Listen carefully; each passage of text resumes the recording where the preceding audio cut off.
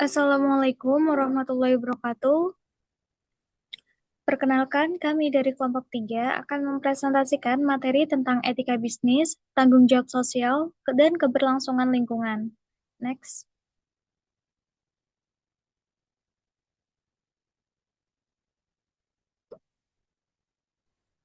Baik, perkenalkan nama saya Nova Trisna Fitriani, NIM 058. Saya akan memaparkan tentang etika bisnis.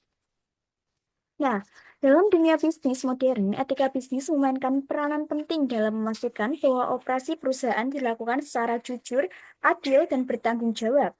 Etika bisnis tidak hanya tentang mematuhi hukum, tetapi juga tentang membangun kepercayaan dan reputasi yang baik di mata pelanggan, karyawan, dan masyarakat.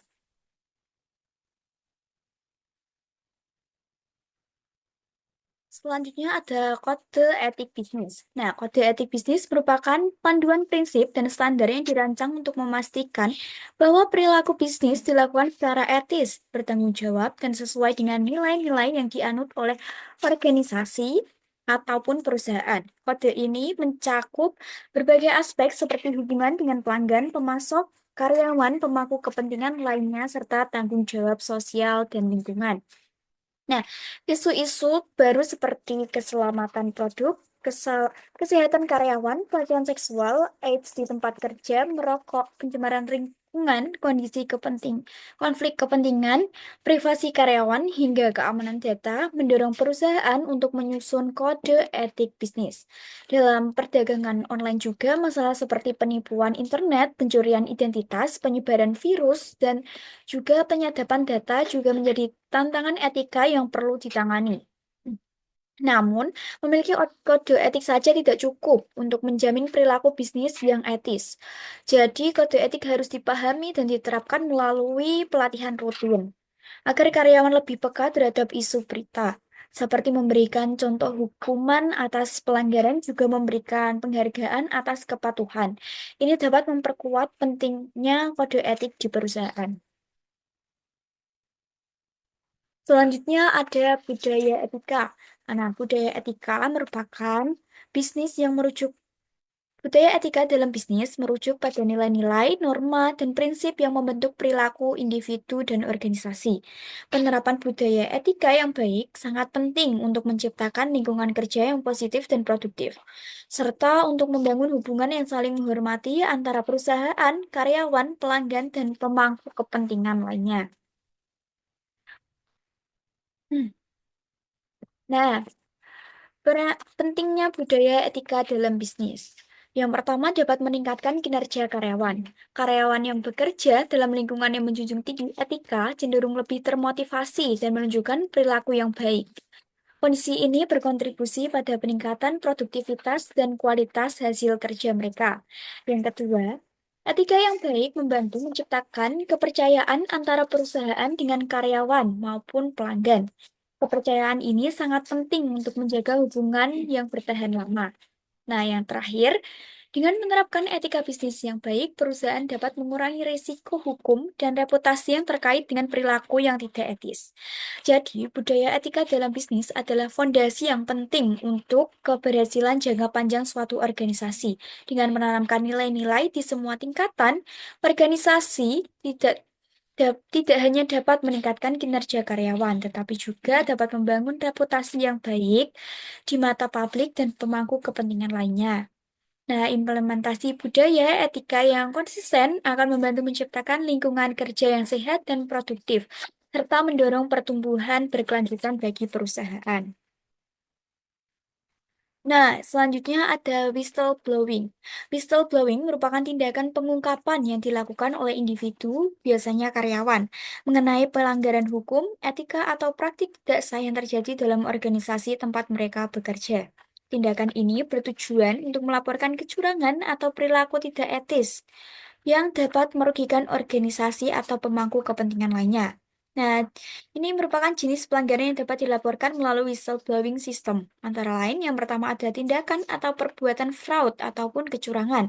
Yang kedua, perbuatan atau praktek gratifikasi. Yang ketiga, kesalahan operasional yang signifikan. Yang keempat, terkait dengan tindakan yang dilakukan secara tidak sengaja atau tidak disadari, sehingga dapat mengakibatkan kerugian finansial ataupun non-finansial bagi perseroan.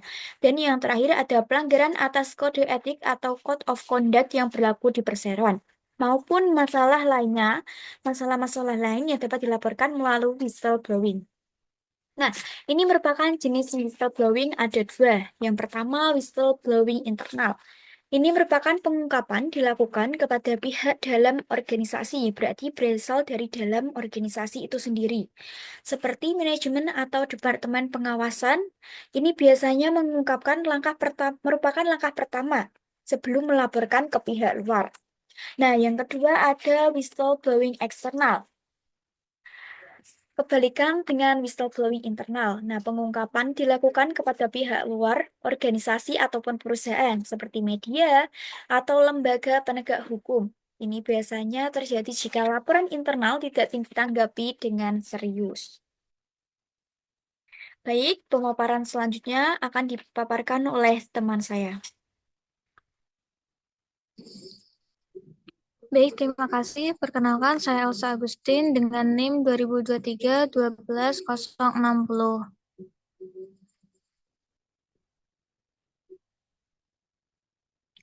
Selanjutnya yaitu penyuapan.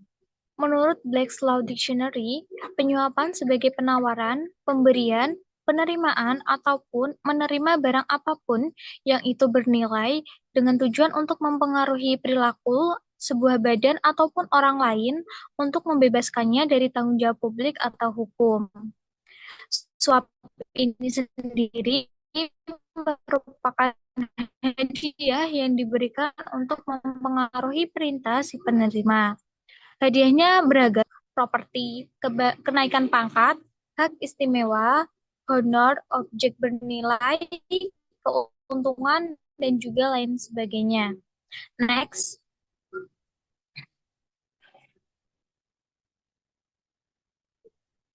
Merupakan sebuah hubungan akrab antara dua orang karyawan yang saling menyetujui, berlawanan dengan pelecehan seksual atau sexual harassment. Next.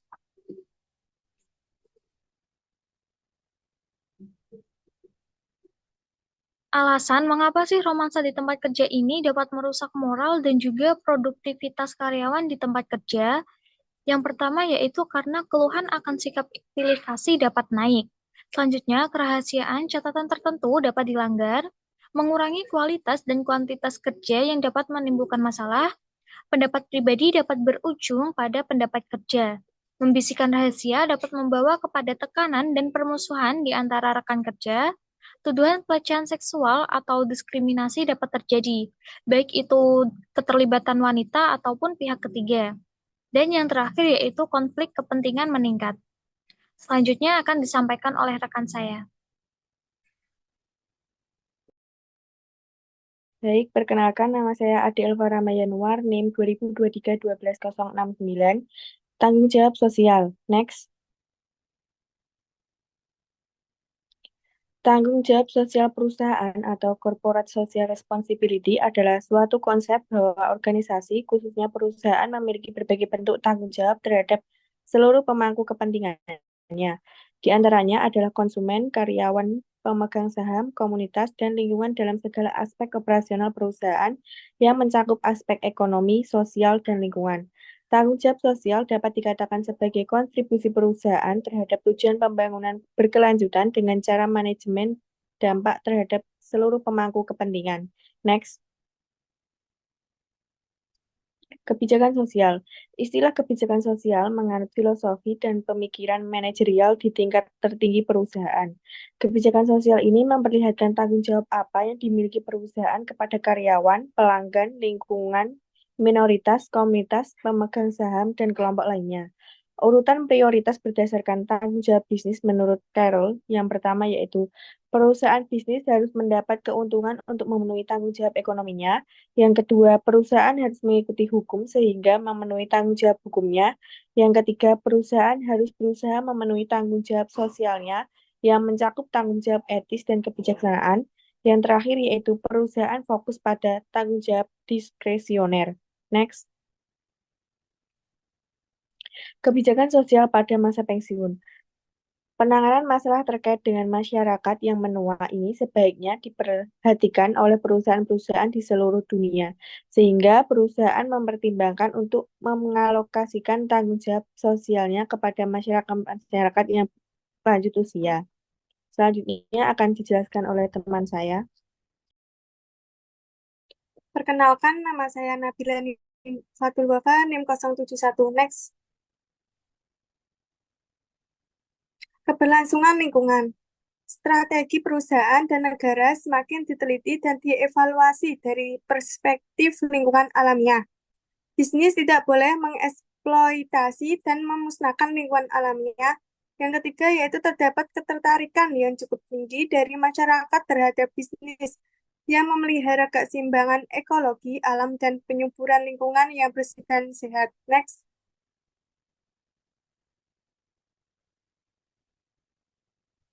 Apakah yang dimaksud dengan laporan keberlangsungan? Laporan pelestarian mengungkapkan operasi perusahaan yang berdampak pada lingkungan alam. Dokumen ini membuka kepada pemegang saham mengenai praktik buruk perusahaan, pembelian produk, efisiensi energi, dampak lingkungan, dan praktik etika bisnis. Manajer dan karyawan perusahaan harus berhati-hati untuk tidak menjadi kambing hitam untuk kesalahan lingkungan yang dilakukan perusahaan merusak lingkungan alam dapat dianggap tidak beretika, melawan hukum, dan mahal. Ketika organisasi saat ini menghadapi tuntutan kriminal karena mencemari lingkungan, mereka terus berpaling kepada manajer dan karyawan untuk memenangkan keringanan hukuman. Next. Kurangnya perubahan standar. Standar yang seragam mendefinisikan tindakan perusahaan yang bertanggung jawab atas lingkungan, sedang dimasukkan dalam ranah hukum. Secara strategis, perubahan harus menunjukkan kepada pelanggan dan pemegang saham bahwa usaha penghijauan mereka adalah substantif dan menempatkan perusahaan terpisah dengan pesaingnya. Selanjutnya akan dijelaskan oleh rekan saya. Baik, terima kasih. Perkenalkan, nama saya Wafiatun Nafisa dengan NIM 2023-12057. Mengelola urusan lingkungan dalam perusahaan. Perusahaan yang mengelola urusan lingkungan akan meningkatkan hubungan dengan pelanggan, regulator, penjual, dan pemain industri lainnya yang secara substansial memperbaiki proses keberhasilan mereka. Strategi lingkungan dapat meliputi kegiatan mengembangkan atau memperoleh bisnis hijau, melepaskan atau mengubah bisnis kerusakan lingkungan, berusaha untuk menjadi produsen berbiaya rendah melalui minimalisi sampah dan konservasi energi, serta mengejar strategi diferensiasi melalui fitur produk hijau. Sebagai tambahan, perusahaan dapat memasukkan seseorang perwakilan lingkungan di dewan direksi mereka, melaksanakan audit lingkungan yang teratur, mengimplementasi bonus untuk hasil lingkungan yang menguntungkan, menjadi terlibat dalam permasalahan dan program lingkungan, memasukkan nilai lingkungan dalam pernyataan misi, menentukan sasaran berorientasi lingkungan, dan memperoleh keahlian lingkungan. Alasan-alasan memelihara lingkungan seharusnya menjadi bagian permanen dalam melakukan bisnis. Yang pertama yaitu konsumen menginginkan produk aman lingkungan yang jumlahnya banyak. Yang kedua, opini publik yang menginginkan perusahaan melaksanakan bisnis dengan cara yang memelihara lingkungan alam sangat kuat. Yang ketiga, ada kelompok penganjur lingkungan sekarang memiliki lebih dari 20 juta orang Amerika sebagai anggotanya.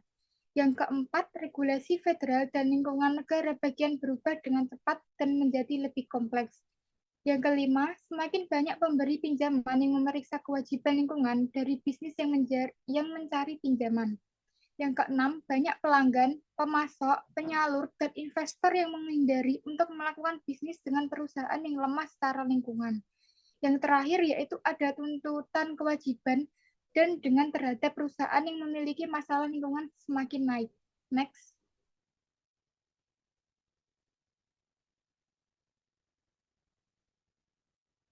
Selanjutnya ada sertifikasi ISO 14000 atau 14001. International Organization for Standardization atau ISO adalah jaringan dari Institut Standar Nasional dari 147 negara dengan 1 anggota per negara. ISO adalah pengembang standar pelestarian terbesar di dunia, diterima secara meluas di seluruh dunia. Standar ISO adalah sukarela karena ISO tidak memiliki otoritas hukum untuk mendorong implementasi mereka. ISO sendiri tidak mengatur atau membuat undang-undangnya. ISO 14000 merujuk kepada serangkaian standar secara sukarela dalam bidang lingkungan. ISO 14001 adalah serangkaian standar yang diadopsi oleh ribuan perusahaan di seluruh dunia untuk sertifikasi konstituensi mereka saat mereka melaksanakan bisnis dengan cara yang ramah lingkungan. Next.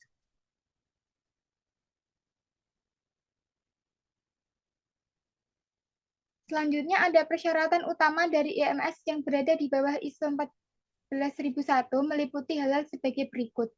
Yang pertama yaitu menunjukkan komitmen untuk mencegah polusi, perbaikan terus-menerus dalam kinerja lingkungan secara keseluruhan, dan kepatuhan dengan seluruh berlaku perundang-undangan serta persyaratan peraturan. Yang kedua ada organisasional produk dan layanan yang dapat memberikan dampak signifikan pada lingkungan, termasuk yang belum diregulasi. Yang ketiga ada menentukan sasaran kinerja dan target untuk sistem manajemen yang dikaitkan kembali ke tiga kebijakan, yaitu yang pertama ada pencegahan polusi, yang kedua perbaikan berkesinambungan, dan yang ketiga ada kepatuhan. Selanjutnya, memenuhi sasaran lingkungan yang menyertakan pelatihan karyawan, menentukan instruksi dan praktik kerja, dan menentukan matriks aktual di mana sasaran dan target akan diukur. Selanjutnya, melaksanakan audit operasi EMS. Yang terakhir ada mengambil tindakan korektif ketika penyimpangan dari EMS terjadi.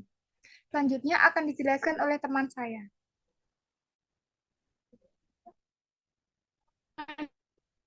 Baik, perkenalkan nama saya Anung Anugrah, NIM 062. Materi selanjutnya yaitu kehidupan liar. Perburuan paus masih berlanjut di beberapa negara, meskipun ada penentangan. Pada tahun 2012, Korea Selatan berencana melanjutkan perburuan paus setelah pembekuan pada 1986.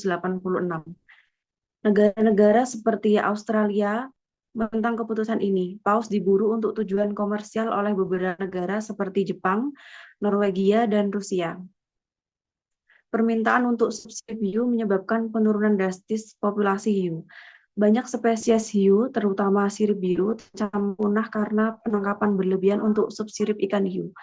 Parlemen Eropa mengesahkan kebijakan untuk mencegah pembuangan tubuh hiu setelah siripnya dipotong. 75 juta hiu dibunuh setiap tahun untuk tujuan ini. Beruang kutub dan gajah juga menghadapi ancaman besar dengan lebih dari 25 gajah dibunuh setiap tahun untuk gading mereka. Es laut di kutub utara menyusut drastis, mempengaruhi habitat beruang kutub.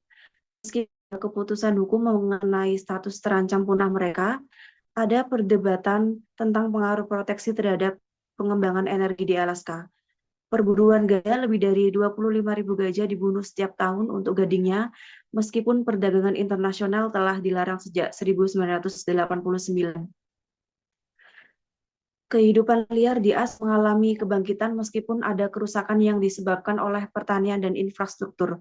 Biaya kerusakan dari kehidupan liar mencapai 28 miliar dolar per tahun, termasuk kerusakan akibat tabrakan dengan kendaraan.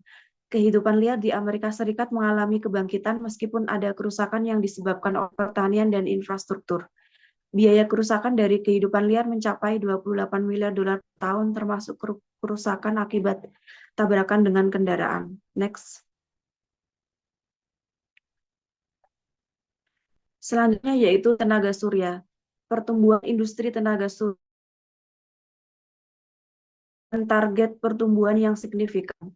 Pada tahun 2012, industri tenaga surya di Amerika Serikat tumbuh 71% dan diperkirakan terus berkembang 20-40% setiap tahun hingga 2016. Negara-negara seperti California memberikan subsidi untuk mendukung pengembangan tenaga surya. Pemasok utama panel surya di Amerika Serikat berasal dari Tiongkok, namun perusahaan Amerika Serikat seperti Solar City juga berkontribusi besar. Pemasok terbesar panel surya berasal dari Tiongkok, tetapi dua perusahaan besar di Amerika Serikat adalah Solar City dan Sunrun. Banyak perusahaan di Amerika Serikat juga berinvestasi dalam tenaga surya sebagai bagian dari upaya pelestarian lingkungan. Dampak positif dari industri tenaga surya berpotensi mengurangi emisi gas rumah kaca dan menghadapi perubahan iklim dengan tenaga surya menjadi alternatif penting untuk energi bersih. Sekian presentasi dari kelompok kami. Apabila ada kesalahan, mohon maaf. Assalamualaikum warahmatullahi wabarakatuh.